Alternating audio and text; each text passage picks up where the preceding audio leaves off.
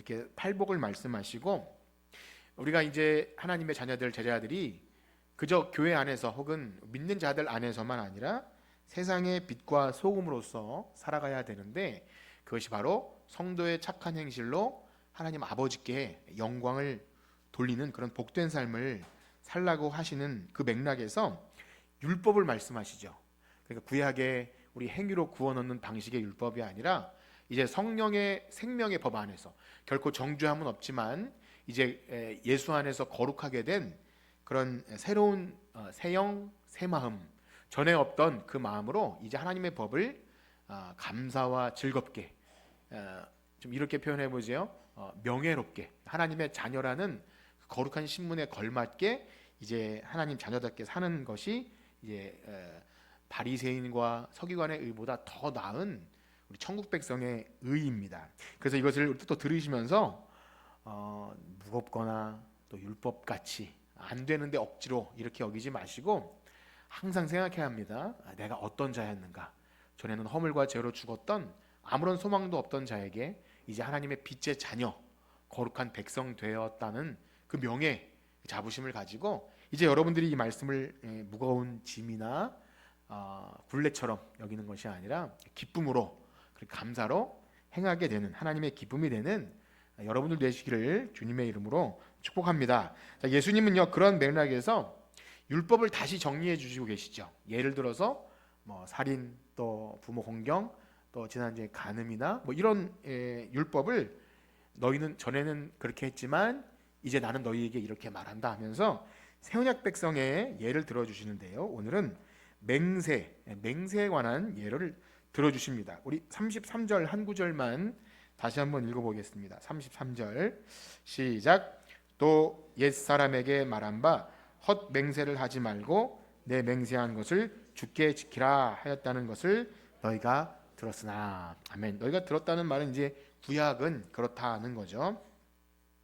그러면 이제 이것이 구약의 내용인데, 살펴보면 십계명에는 제일 가까운 건 이제 이웃에 대해 거짓 증거하지 말라 그러겠지만 맹세라는 단어는 없지 않습니까? 그래서 구약을 직접 인용하셨기보다는 구약의 내용 속에 맹세에 관한 구약의 내용을, 요점을 말씀하신 건데요. 자, 그러면 예를 들어서 좀 찾아보기 원하는데요. 일단 레위기서를 한번 보겠습니다. 레위기 19장 12절에 보면 이런 말씀이 있습니다. 한번 읽어볼게요. 시작. 너희는 내 이름으로 거짓 맹세함으로 내 하나님의 이름을 욕되게 하지 말라. 나는 여호와이라. 아멘. 하나님의 백성이 거짓 맹세함으로, 이는 그냥 개인적인 문제가 아니라 하나님의 이름을 욕되게 한다. 거룩한 하나님의 백성이 거짓 맹세함으로 그렇게 된다고 하니까 하나님의 영광과 관련이 있는 것이죠. 시편 24편에도 이런 말씀이 있는데요. 24편 3절과 4절 한번 읽어보겠습니다. 시작. 여호와의 산에 오를 자가 누구며 그의 거룩한 곳에 곧 손이 깨끗하며 마음이 청결하며 뜻을 허탄한 데 두지 아니하며 거짓 맹세하지 아니하는 자로다. 아멘. 역시 여호와의 산에 오를 자, 거룩한 곳에 설 자, 예배자라는 거죠. 하나님의 이름을 찬송하고 경배하고 그 이름을 높여야 된 그런 자들이, 그 만약에 삶이 여기 보면 손이 깨끗하고 마음이 청결하고, 이건 팔복에도 나왔던 거죠. 그렇지 않으면 안 된다. 이런 거짓 맹세가 예배와 관련이 있는 것을 알 수 있고요. 마지막으로 성경의 가장 구약의 마지막 책을 보면 말라기서에도 거짓 맹세가 나오는데요. 한번 참고로 읽어보겠습니다. 말라기 3장 5절 시작. 내가 심판하러 너희에게 임할 것이라. 점치는 자에게와 간음하는 자에게와 거짓 맹세하는 자에게와 품꾼의 삭세 대하여 억울하게 하며 고아와 고아 압제하며 나은 경외하지 아니하는 자들에게 속히 증언하리라. 만군의 여호와가 말하연. 아멘. 지금 뭐 말라기서 자체를 이야기한다기보다 지금 구약에서 맹세에 관해서 굉장히 엄하게 구원에도 또 예배에도 이렇게 마지막 임할 심판에 관련해서도 이 맹세가 언급되는 것을 볼 때 하나님은 그래서 굉장히 중요하게 여기신다는 걸 알 수 있죠. 자, 그러면 아까 전에 마태복음 5장 33절에서 그렇게 거짓 헛맹세가 있고 그 다음에 후반부에 보면 내 맹세한 것을 주께 지키라 이런 말씀이 있는데요. 예수님은 이 말씀을 아마 여기서 인용하신 것 같아요. 구약에 보면 서원 규례가 있는데요. 하나님께 서원한 것을 반드시 지키라. 그것이 자주 나옵니다. 대표적으로 한 구절을 읽어보면 신명기서를 한번 읽어볼게요. 신명기 23장 21절에서 23절 말씀을 한번 같이 읽어보겠습니다. 시작. 내 하나님 여호와께 서원하거든 갚기를 더디하지 말라. 내 하나님 여호와께서 반드시 그것을 내게 요구하시리니 더디면 그것이 내게 죄가 될 것이라. 내가 서원하지 아니하였으면 무죄하리나 그러나 내 입으로 말한 것은 그대로 실행하도록 유의하라. 무릇 자원한 예물은 내 하나님 여호와께 내가 서원하여 입으로 언약한 대로 행할지니라. 아멘.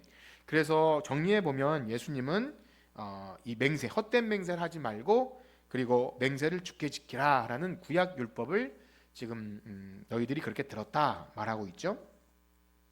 사실 우리는 이런 말씀을 들으면 물론 우리가 지킬 수도 있고 못 지킬 수도 있지만 옳다, 맞다, 당연하다 여기는 것인데요. 근데 우리는 이제 순수하다고 할까요? 아니면 편법을 못 부린다고 할까요? 그냥 순수하게 받아들이지만 이 율법은요, 잘 보면 이 율법을 잘 아는 사람들은 교묘하게 피하는 어떤 허점을 발견할 수 있습니다. 여러분 읽으시면서 느끼셨는지 모르겠지만 일단 문자 그대로 거짓 맹세를 하지 말라고 했지만 그러면 맹세를 하지 않으면 문제가 안 된다고 생각할 수 있는 거예요. 물론 여러분들은 안 그러시겠죠, 그렇죠? 네. 물론 여러분들은 맹세를 하지 않아도 정직하지만 이렇게 문자 그대로 하면 거짓 맹세하면 안 된다. 그러면 그럼 전 맹세 안 하면 되는 건가요? 이렇게 생각할 수 있을까요? 그렇게 생각했다는 거예요. 그리고 주께 지키는 것, 서원한 것은 반드시 갚으라. 그런데 아까 읽은 말씀 보니까 22절에 뭐라 그러죠? 서원하지 아니하였으면 무죄하리라. 그럼 뭐예요? 서원 안 하면 되는구나. 그렇게 생각할 수 있네요. 그렇죠? 그런 거예요. 문자 그대로 이 바리새인 율법 학자들은 실제 이렇게 적용해서 그러면 죄를 피하는 방법 이렇게 실제 그렇게 했습니다. 그러니까 구약의 율법을 복잡하게 만들어서 피해갈 구멍을 실제 만들었어요. 오늘날도 그런 것을 보게 되죠. 정말 법하고는 관련이 없는 그냥 동네 할머니 할아버지라고 말하면 좀 죄송하지만 그냥 잘 모르는 초등학생에 물어봐도 이 사람 이런 잘못했는데 벌 받아야 돼 안 받아야 돼 그러면 벌 받아야 돼요 그러잖아요. 그런데 법을 되게 잘하고 법을 주물럭주물럭 하는 사람들은 법을 교묘하게 해서 벌을 안 받는 경우가 때때로 있죠. 항상 그런 건 아니지만 그런 거예요. 진짜 법을 잘 알기 때문에 어떻게 법을 이렇게 누더기처럼 했더니 법이 죄가 아닌 것처럼 돼요. 초등학생이 들어도 동네 아저씨 아줌마가 말해도 아니 저 사람 벌을 받아야 되는 거 아니에요? 라고 했는데 안 받는 경우. 최근에는 법 왜곡죄까지 생겨야 된다고 하더라고요. 그러니까 판사나 법 주관하는 사람이 자기 마음대로 법을 이렇게 왜곡하는 것 자체를 죄를 물린다는 거죠. 이것도 참 복잡해서 될지 안 될지 모르겠지만 그런 겁니다. 이 바리새인 서기관들도 율법을 너무 잘 아니까 방금 예수님 말씀하신 이 맹세를 하지 말라, 헛된 맹세하지 말라, 그리고 주께 서원한 것은 갚으라, 이것을 이렇게 비틀어서 그럼 좀 맹세 안 하면 되겠네요. 아니면 다른 편법으로 맹세를 약간 비틀면 되겠네요. 아니면 서원도 약간 이상하게 하면 안 해도 되겠습니까? 이런 식으로 한 거예요. 그래서 예수님은 마태복음 23장에 그들에게 그 허점을 가지고 위선을 행하는 자들을 굉장히 질책하세요. 우리 그 부분을 한번 읽어봅시다. 마태복음 23장 16절에서 22절인데요. 같이 한 목소리로 읽어보겠습니다. 시작. 화 있을진저 눈먼 인도자여 너희가 말하되 누구든지 성전으로 맹세하면 아무 일 없거니와 성전에 금으로 맹세하면 지킬지라 하는도다. 어리석은 맹인들이여 어느 것이 크냐 그 금이냐 그 금으로 거룩하게 하는 성전이냐 또 너희가 이르되 누구든지 제단으로 맹세하면 아무 일 없거니와 그 위에 있는 예물로 맹세하면 지킬지라 하는도다. 맹인들이여 어느 것이 크냐 그 예물이냐 그 예물을 거룩하게 하는 제단이냐. 그러므로 제단으로 맹세하는 자는 제단과 그 위에 있는 모든 것으로 맹세하며 또 성전으로 맹세하는 자는 성전과 그 안에 계신 이로 맹세하며 또 하늘로 맹세하는 자는 하나님의 보좌와 그 위에 앉으신 이로 맹세할. 아멘. 좀 복잡해 보이지만 이런 겁니다. 아까 말씀드린 대로 이 율법 전문가들인 바리새인 서기관들이 교묘한 말로 맹세를 지키지 않아도 되는 경우를 이렇게 만든 거예요. 예수님은 이러한 바리새인과 서기관들이 왜곡시키고 비틀어버린 맹세에 관해서 어떤 게 진짜 맹세인지를 가르쳐 주시는데, 그래서 아까 읽은 것처럼 아까 5장 34절 한번 볼까요? 이제 5장 마태복음 5장 돌아와서 이런 말씀을 하세요. 마태복음 5장 34절에서 36절 한번 읽어봅시다. 마태복음 5장 34, 30에서 36 시작. 나는 너희에게 이르노니 도무지 맹세하지 말지니 하늘로도 하지 말라 이는 하나님의 보좌이며 땅으로도 하지 말라 이는 하나님의 발등상이며 예루살렘으로도 하지 말라 이는 큰 임금의 성이며 내 머리로도 하지 말라 이는 내가 한터럭도 검고 희게 할 수 없음이라. 아멘. 우리가 이제 이것을 문자 그대로 읽으면 바리새인 서기관들이 그렇게 교묘하게 법을 비트는 걸 보니 예수님이 차라리 너희들 맹세하지 말라라고 말씀하신 걸까요? 네, 정말 이 말이, 그러니까 어떠한 상황에도 이제 믿는 자들은 아예 차라리 맹세를 해서 거짓 맹세함으로 범죄하지 말고 차라리 맹세하지 말라라고 이렇게 문자 그대로 느껴집니다. 그런데요, 이 말씀을 잘 들어보면 그런 게 아니에요. 하늘로도 하지 말라 이런 말이 나오죠. 34절에 이는 하나님의 보좌이며 땅으로도 하지 말라 이는 발등상이며 또 이렇게 쭉 예루살렘 또 머리 이런 것들은요, 우리가 이제 예수님 말씀을 찰떡같이 알아야 들어야 되는데, 여기 생각해 보세요. 우리가 이제 집에서 부모님들이 자녀에게 야 너 이거 하지 마라고 하면 이제 꼼짝 말고 아무것도 하지 마 이런 의미는 아니죠, 그렇죠? 이 무슨 말이죠? 좀 잘해라 이런 거 아니겠습니까? 집에서 하지 마 이렇게 하면 정말 아무것도 하기 싫은 마음이 들긴 하지만 잘하라는 거죠. 잘하면 그런 말 안 들을 텐데 야 차라리 너 맹세하지 마, 그런 좀 방어법일 수 있는 거예요. 여기에 나온 우리가 읽은 뭐랄까요? 하늘, 땅, 예루살렘 머리 이런 것들은 당시 유대인들이 하나님의 이름을 직접 언급할 수 없어서 대체품처럼 그렇게 만든 것들이에요. 예를 들면 구약의 율법학자들 서기관들은 성경을 필사하면서 여호와라는 이름을 못 썼대요, 감히. 그래서 그 이름을 쓸 때는 다시 몸을 목욕하고 붓을 새로 빨고 먹을 갈아서 여호와 야훼라고도 못 쓰고 그냥 주님 아도나이 그렇게 썼다고 합니다. 그만큼 하나님의 이름을 감히 못 불렀어요. 그런데 그런 맥락에서 하나님 못하고 하늘, 또 땅에 하나님의 발등상인 그냥 땅, 그 다음에 예루살렘 성전이라고 못하고 예루살렘, 그렇게 대체품으로 맹세를 했다고 합니다. 그런데 문제는 대체품이기 때문에 안 지켜도 되는 식으로 교묘하게 만든 거죠. 그들의 문화였기 때문에 우리가 이 시간에 그것을 다 그냥 100% 이해하지 못해도 그런 거예요. 그러니까 내가 하나님으로 맹세한 건 아니잖아요. 하늘을 두고 맹세한 거니까 저는 괜찮아요, 뭐 이런 식으로 했다는 거예요. 원래 그게 생겨난 의미는 하나님을 제대로 부르지 못하니까, 감히 하나님 부르지 못하니까 하늘로 표현한 건데, 근데 하늘로 맹세했다고 했으니까 하나님은 아니잖아요. 이해가 되시나요? 그러니까 우리가 이제 초등학생이나 애들하고 말싸움하다 보면 이런 경우를 발견하게 돼요. 사춘기 아이들이나 그러면은 그 애들하고 말싸움하면 절대 안 돼요. 왜냐하면 유치해지고 꼭 그건 아니잖아요, 뭐 이렇게 표현하는 게 있는데요, 그런 겁니다.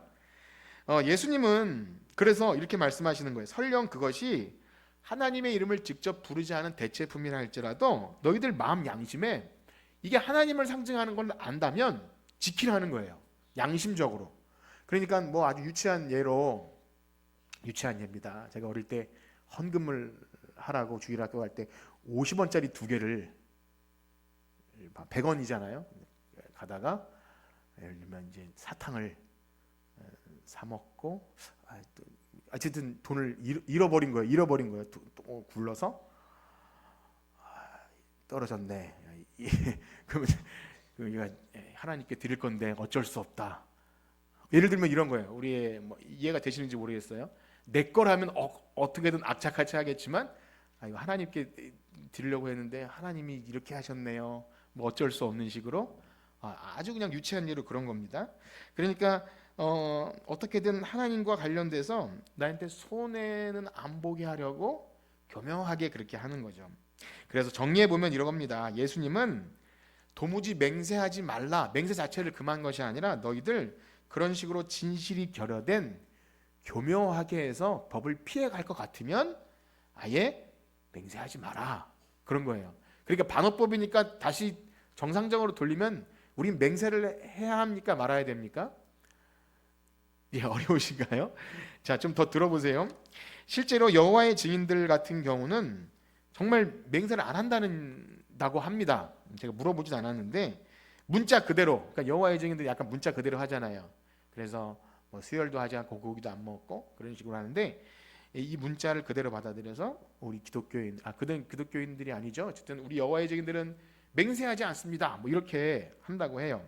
그 외에도 많은 어떤 사람들이 있는데 그런데요, 성경에는요 진실한 맹세를 하는 경우들을 많이 보게 돼요. 꼭 맹세라는 단어를 안 써도 믿음의 조상 아브라함, 이삭, 야곱 이런 본문을 보면 늘 하나님과의 언약 맹세가 가득합니다.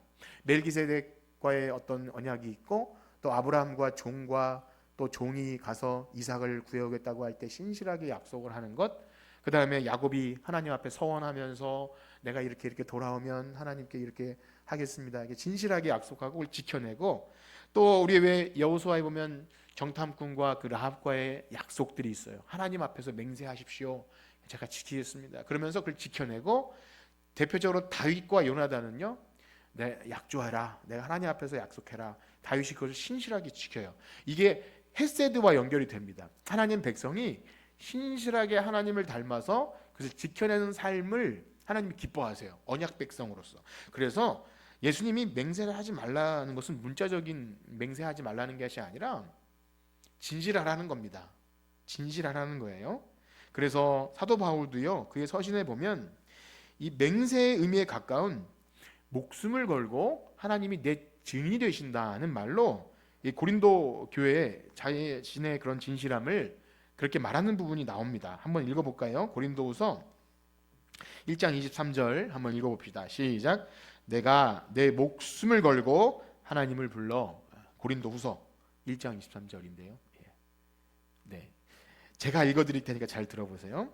내가 내 목숨을 걸고 하나님을 불러 증언하시게 하노니 내가 다시 고린도에 가지 아니하는 것은 너희를 아끼려 함이라. 그러니까 고린도 교회에 관련돼서 바울이 좀 변명을 해요. 그러니까는 가지 않은 이유가 내가 거짓되거나 다른 내 이득을 위한 게 아니라 정말 가고 싶었지만 못 갈 상황에 있는 것을 목숨을 걸고 하나님이 내 증인이시다, 이렇게 말씀하시는 것이 있고, 또 갈라디아서에도 이런 말씀이 있어요.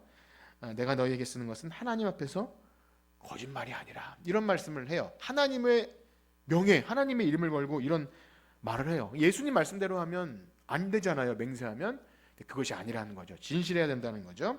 그 외에도 바울 서신 여러 군데서 발견할 수 있는데요. 그래서 정리해 보면 이 예수님 말씀은 도무지 맹세하지 말라는 것은 참되라는 거예요. 진실한, 거짓된 맹세하지 말고 진짜 하나님 앞에서 진실하라는 거죠.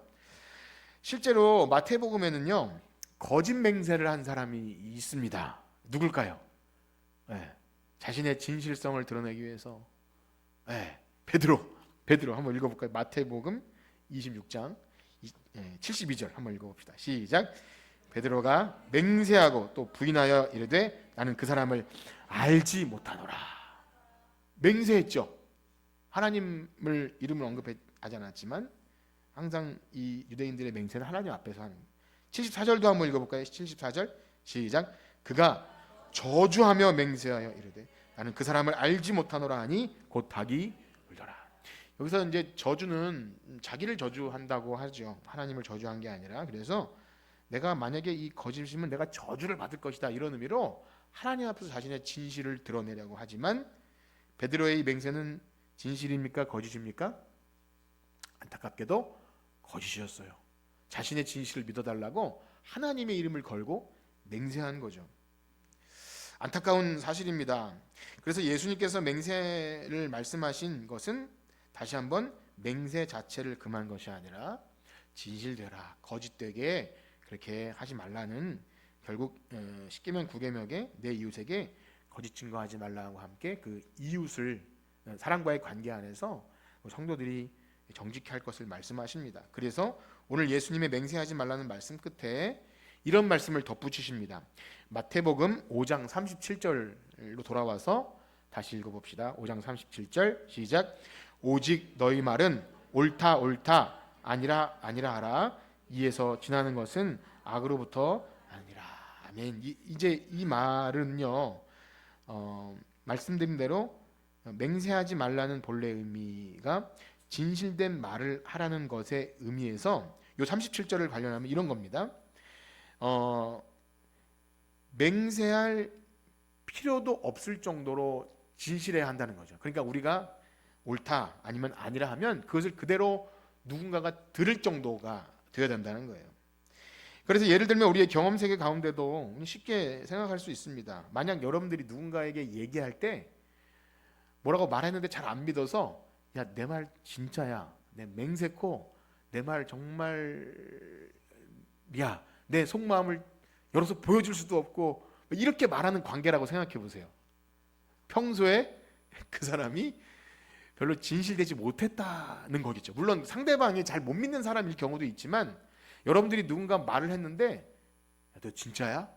자꾸 반문한다면 내가 평소에 그렇게 내 말이 신뢰가 쌓이지 않을 만큼, 그래서 안 받아주니까 어떻게 해서라도 내 말을 믿게 하려고 좀 믿어주세요, 이렇게 하는 거죠. 정치인들이 많이 있으면 믿어주세요, 이번엔 진짜입니다 하고 하도 거짓말을 많이 하니까 그런 거죠. 진짜, 참, 순 이런 게 자꾸 붙어야 되는 삶을 살지 말라는 거예요. 만약 그래서 그 사람의 말이라면 팥으로 메주를 쓴다고 해도 믿을 사람 같으면 굳이 맹세코를 안 붙여도, 내 말을 진짜야 믿어줘라를 안 붙여도 그냥 예 아니면 아니라 하면 될 정도의 삶을 살라는 말씀입니다. 그래서 예수님이 덧붙여서 끝에 보면 이에서 지나는 것은 악으로부터 나느니라 하신 것은, 만약 우리가 맹세가 추가로 필요한 그런 삶을 살았다면, 그러니까 우리가 무슨 말을 할 때 내가 말하는 것에 진실성이 결여되니까 자꾸 맹세를 붙일 상황이 된다면, 그것은 추론해 보면 이미 누구를 속이거나 악하기 때문에 그걸 억지로 주장하는 거예요. 베드로처럼. 실제로 우리 집에 실제로 이제 거짓말 잘하는 뭐 아이가 있잖아요. 그런데 너 이거 했어? 라고 물어보면 정색을 하고 어떻게 나한테 난 절대 그렇지 않아요. 너무 억울하고 눈물 흘리면서 난 정말 그러지 않았어요. 그럼 옆에서 보는 사람이 아니 제가 저렇게 아니라고 하는데 왜 엄마는 저렇게 네가 했다고, 그렇게 옆에서 보는 다른 자녀들도 아니 엄마 좀 저 아이를 믿어주면 안 돼요, 그렇게 할 정도로 했는데 알고 보니까 새빨간 거짓말이었어요. 그러면 양치가 되는 거잖아요. 예를 들면 그런 겁니다. 다 그래요. 저도 그렇고 우리 다 그렇습니다. 그런데 재밌어서 그래요. 정말 정색을 하고 나는 정말 라면을 먹지 않았어요 라고 이렇게 하지만 사실은 먹었어요. 그런데 너무 진실되게 울면서 막 얘기하는 거예요. 그래서 오늘 예수님께서 맹세한 관한 교훈을 제자들에게 주시는 이유가 분명합니다. 제자들에게 요구되는 천국의 의는 맹세가 필요 없을 정도로 진실한 말을 하라고 하는 거죠. 그래서 제발 저를 한 번만 믿어달라고, 이번엔 실망 안 시킬 테니까 제발 믿어달라고 하는 정도로 우리가 누군가에게 그 진실이 결여된 삶을 살면 안 된다는 말씀입니다. 그것이 바로 서기관과 바리새인보다 나은 우리 제자들의 의, 세상의 빛과 소금으로 사는 거라는 거죠. 그렇습니다. 재미있는 사실은요, 아까 전에 거짓 맹세를 했던 예수님 배반했던 베드로도 나중에 회개하고 그의 서신에서 이런 말씀을 씁니다. 베드로전서 3장 10절 한번 읽어볼까요? 베드로전서 3장 10절 시작. 그러므로 생명을 혀를 금하고 악한 말을 금치며 입술로 거짓을 말하지 말고. 베드로가 얼마나 거짓 맹세한 것에 대한 그 찔림이 있겠습니까? 우리 중 누구도 태어나서 뭐 거짓말 한 번 안 해본 사람이 있으면 손 들어 보세요. 예, 안타깝게도 아기가 태어나서 누가 가르쳐주지 않아도 본능적으로 거짓말을 하는 것 같아요. 예, 저도 그렇고. 그래서 어떤 유명한 그 영화 대사 속에 입만 열면 거짓말이 이렇게 나온다는 그런 애들이 잘 쓰는데요. 정말 입만 열면 자연스럽게 청산유수로 거짓을 말할 수밖에 없는 것이 우리 죄악된 인생인 것 같습니다. 그래서 누구나 상황에 따라서 급박하거나 어떤 되게 부끄럽거나 하는 상황에 처하면 거짓말을 하게 됩니다. 그것이 자신의 옳음을 주장하기 위해서라든지 어떤 상황이든지 어쨌든 그러나 결국 오래되지 않아서 진짜가 드러나면 얼마나 부끄럽습니까? 내가 또 목사이거나 교회 권사이거나 했는데 사람들, 세상 사람들 만남에서 그 사람이 했던 말이 다 거짓이라면 뭐 사람이 거짓말도 할 수 있지 이렇게 뻔뻔할 수 있나요? 없어요. 그럴 수 없어요. 우린 그럴 수가 없습니다. 사랑하는 성도 여러분, 우리가 살아가면서 그래서 거짓말을 하는 이유는 한번 잘 생각해 보면 물론 뭐 선의의 거짓말이 있다고 치더라도 그런 경우는 아주 예외적인 상황이고 거의 내 허물을 감추기 위해서 거짓말을 하죠. 내 부끄러움이나 허물을 감추기 위해 둘러대거나 아니면 내가 뭐 이득을 보기 위해서 손해나지 않기 위해서 거짓말을 하거나 다른 사람을 모함하거나 뭐 골탕 그 정도는 아닐 수 있을 것 같아요. 누군가를 모함하고 골탕 먹이려고 막 거짓말한다 그러면 정말 사회생활 자체가 안 되는 거잖아요. 그런데 만약에 내가 이득을 보기 위해서 한다면 사실 하나님을 믿지 못하는 거죠. 내가 거짓말을 해서라도 이익을 보기 원할 수 없는 겁니다. 때때로 서로 재밌자고 뭐 만우절에 거짓말하는 날이라고 그렇게 그런 방식으로 누구를 골탕 먹이는 문화도 있지만 사실 성도들에게서는 거짓이 개그 소재나 누군가를 골탕 먹임으로 재미를 취하는 것은 좀 누추한 일이에요.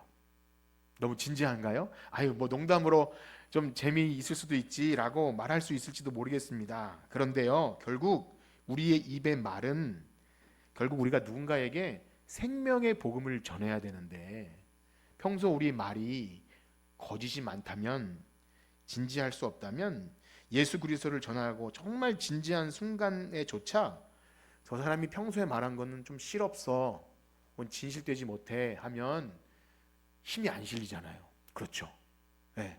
하나님의 영광을 위해서 살고 그리스도 생명의 복음을 전해야 되는데 평소 저 사람이 말하는 것은 입만 열면 거짓말이야 라고 생각하면 양치기 소년처럼 정말 위험한 순간에 늑대가 나타났다 해도 안 믿을 수밖에 없는 거 아닙니까? 그래서 그런 측면에서 생각해야 되는 거죠. 그렇습니다. 오늘 말씀을 마무리하면서 우리 골로새서 말씀을 좀 읽겠는데요. 이런 측면에서 생각해야 돼요. 우리가 전에는 어땠을지 모르지만 그리스도와 함께 다시 살리심 받은 하나님 자녀라는 측면에서 우리의 입에나 말에나 어떠해야 되는지를 좀 요 말씀을 읽고 마칠 텐데요. 골로새서 3장 1절과 2절 먼저 한번 읽어볼까요? 골로새서 3장 1절과 2절인데요. 시작. 그러므로 너희가 그리스도와 함께 다시 살리심을 받았으면 위의 것을 찾으라. 거기는 그리스도께서 하나님 우편에 앉아 계시니라. 위의 것을 생각하지 말고 땅의 것을. 아멘. 여러분 그리스도와 함께 다시 살리심 받은 자들입니까? 네, 아멘. 그렇다면 7절에서 우리 10절까지 한번 읽어봅시다. 7절에서 10절 시작. 너희도 전에 그 가운데 살 때에는 그 가운데서 행하였으나 이제는 너희가 이 모든 것을 벗어버리라. 곧 분함과 노여움과 악의와 비방과 너희 입에 부끄러운 말이라. 너희가 서로 거짓말을 하지 말라. 옛사람과 그 행위를 벗어버리고 새 사람을 입었으니 이는 자기를 창조하신 이의 형상을 따라 지식에까지 새롭게 하심을 입은 자니라. 아멘. 왜 거짓말을 해야 되지 말아야 되는지 새 사람이라는 거예요. 하나님의 형상으로 새로운 피조물로 내가 지음 받았다면 옛날 하던 방식을 그대로 할 수 없는 거죠. 그래서 결과적으로 우리 16절 17절을 읽어봅시다. 16절 17절 시작.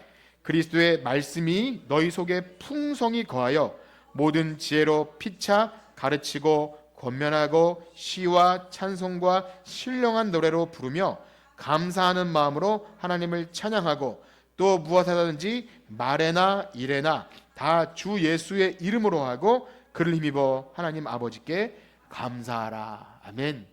여기 보면 그렇죠. 말에나 일에나 우리의 모든 말이 주 예수의 이름으로 할 때 그것이 하나님 자녀라는 겁니다. 그러니까 우리가 어찌 한 입으로 하나님을 찬송하고 감사하는 말도 했다가 한 입으로는 거짓을 말하고 할 수 없다는 거예요. 참 부끄러운 일이지만 최근에 이제 어떤 유명한 목사님이 굉장히 큰 교회는 부교역자들이 많잖아요. 회의를 하는데 입에 담지 못할 막 쌍욕을 했더라고요. 그래서 얼마나 그 부교역자들이 억울했는지 녹음을 해서 이게 그렇게 했어요. 그러니까 뭐 기독교 TV에 나오는 유명한 목사님의 아무튼 그렇습니다. 제가 부끄럽더라고요. 그러니까 뭐 뒤에서 아무도 안 보는 데서 욕을 할 수도 있겠지만 대놓고 그렇게 너무 심한 욕을 할 줄 몰랐어요. 전 그분이 누군지 몰라요. 아무튼 참 제가 대신 부끄러운데요. 세상 사람들 속담에도 낱말은 새가 듣고 반말은 쥐가 듣는다 그랬는데 우리의 모든 언행은 누가 들으시죠? 하나님 들으시잖아요. 그러니까 처음에 그렇게 인사를 했어요. 우리가 모든 말에나 일에나 하는 아무도 안 보는 데서 웅얼거려도 하나님이 들으시는 거잖아요. 그렇죠? 그래서 누가 듣지 않아서 위선적으로만 나는 욕은 실제 안 했어 라는 식으로 교묘하기보다 하나님이 들으신다라는 말로 옆에 있는 분에게 인사합시다. 욕하지 맙시다. 네, 예. 운전하거나 그럴 때나 또 부끄러운 예죠. 뭐 교회 나와서 오늘 욕하지 말라 그랬다 이런 게보다 우리 말에나 입에나 우리 진실된 말이 아니면 교회에서는 거룩하게 설교하고 찬송하고 뭐 막 눈물을 흘리면서 했는데 집에 가서 제가 막 심한 욕을 하고 그러면 아빠는 위선자라고 가증스럽다고 할 수밖에 없는 거 아닙니까? 그 얘기를 들어야 돼요. 그 목사님 평소에 그런 소리를 누가 안 해줬을 수도 있는 것 같아요. 너무 유명하니까 들어야 해요. 아니 왜 교회에서는 그렇게 하고 집에서는 이렇게 쌍욕을 합니까? 라고 누군가는 막 질책을 해줬어야 부끄러울 수 있는데 아마 유명할수록 옆에서 쓴소리하는 사람이 없지 않을까 그렇게 생각을 해요. 전 유명하지 않아서 쓴소리를 많이 듣습니다. 자녀들로부터도. 예, 그래서 감사해요. 주변에서 뭐 누구를 닮았다고 막 이렇게 하면 감사해요. 내가 조심해야 된다. 내 입의 말과 또 내 말도 물론 말해놓고 못 지키는 약속을 못 지키는 것은 참 부끄럽지만 그거 말고 의지적으로 골탕 먹이기 위해서 거짓말을 하면 안 되겠다는 생각도 많이 합니다. 이것은 그냥 도덕적으로 내가 다른 사람에게 부끄럽지 않아야 되는 것이 아니라 제가 복음을 전하고 막 하나님 내에서 하나님의 아들과 예수 그리스도 복음 얘기를 떠들어 놓고 어디 가서 내가 말하는 진실성이 떨어진다면 하나님께서 영광 받으시지 못하시기 때문에 차라리 내가 억울하더라도 내가 좀 손해가 나더라도 거짓 맹세하지 말아야겠다 이렇게 스스로 다짐하게 됩니다. 사랑하는 성도 여러분, 한 주간 지나시면서 거짓 맹세하지 맙시다. 혹은 손해가 날지라도 혹은 내가 억울해도 욕을 하기보다 여기 마지막 읽은처럼 말에나 일에나 주 예수의 이름으로 예수님이 아신다. 예수님께서도 고난 받으시면서도 양털 깡등자 앞에서 순한 양처럼 입을 이렇게 하지 않으신 거 하신 것처럼 우리가 하나님의 영광을 위해서 그렇게 할 때 우리의 삶을 통해 하나님 영광 받으시고 여러분들이 한 사람 한 사람의 진실한 말을 통해서 생명의 복음이 전해질 줄 믿습니다. 우리 찬양하시고 마치겠는데요. 자주 불렀던 찬성이죠. 신실하게 진실하게 거룩하게 살게 하소서. 우리의 삶의 목표가 되어야 합니다. 새 사람 된 우리의 삶이 누추하지 않도록 거짓말을 해서 저 사람의 말이 복음과 관련 없는 말이 되지 않도록 하나님 우리의 마음과 생각을 지켜주세요. 우리 찬송하고 함께 기도하겠습니다.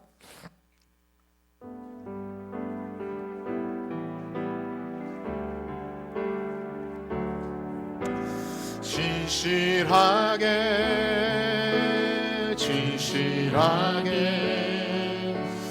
거룩하게 살게 하소서. 아멘. 진실하게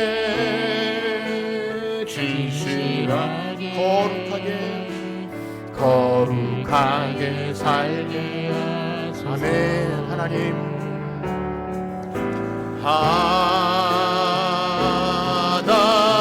나의 마음 만져주소서. 나의 마음 만져주소서. 하나님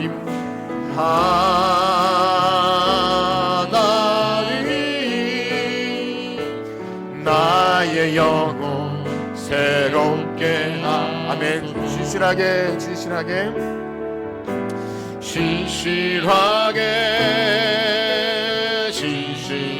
거룩하게 살게 하소서. 거룩하게 살게 하소서. 아멘.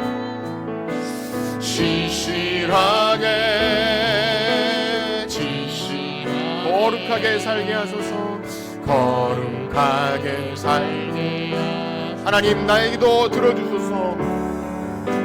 하나님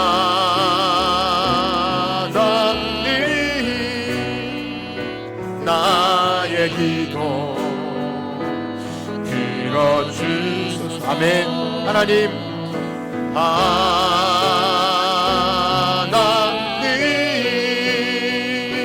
주의 길로 아멘. 하나님 나의 마음 만져주소서. 하나님 나의 마음 만져주소서. 하나님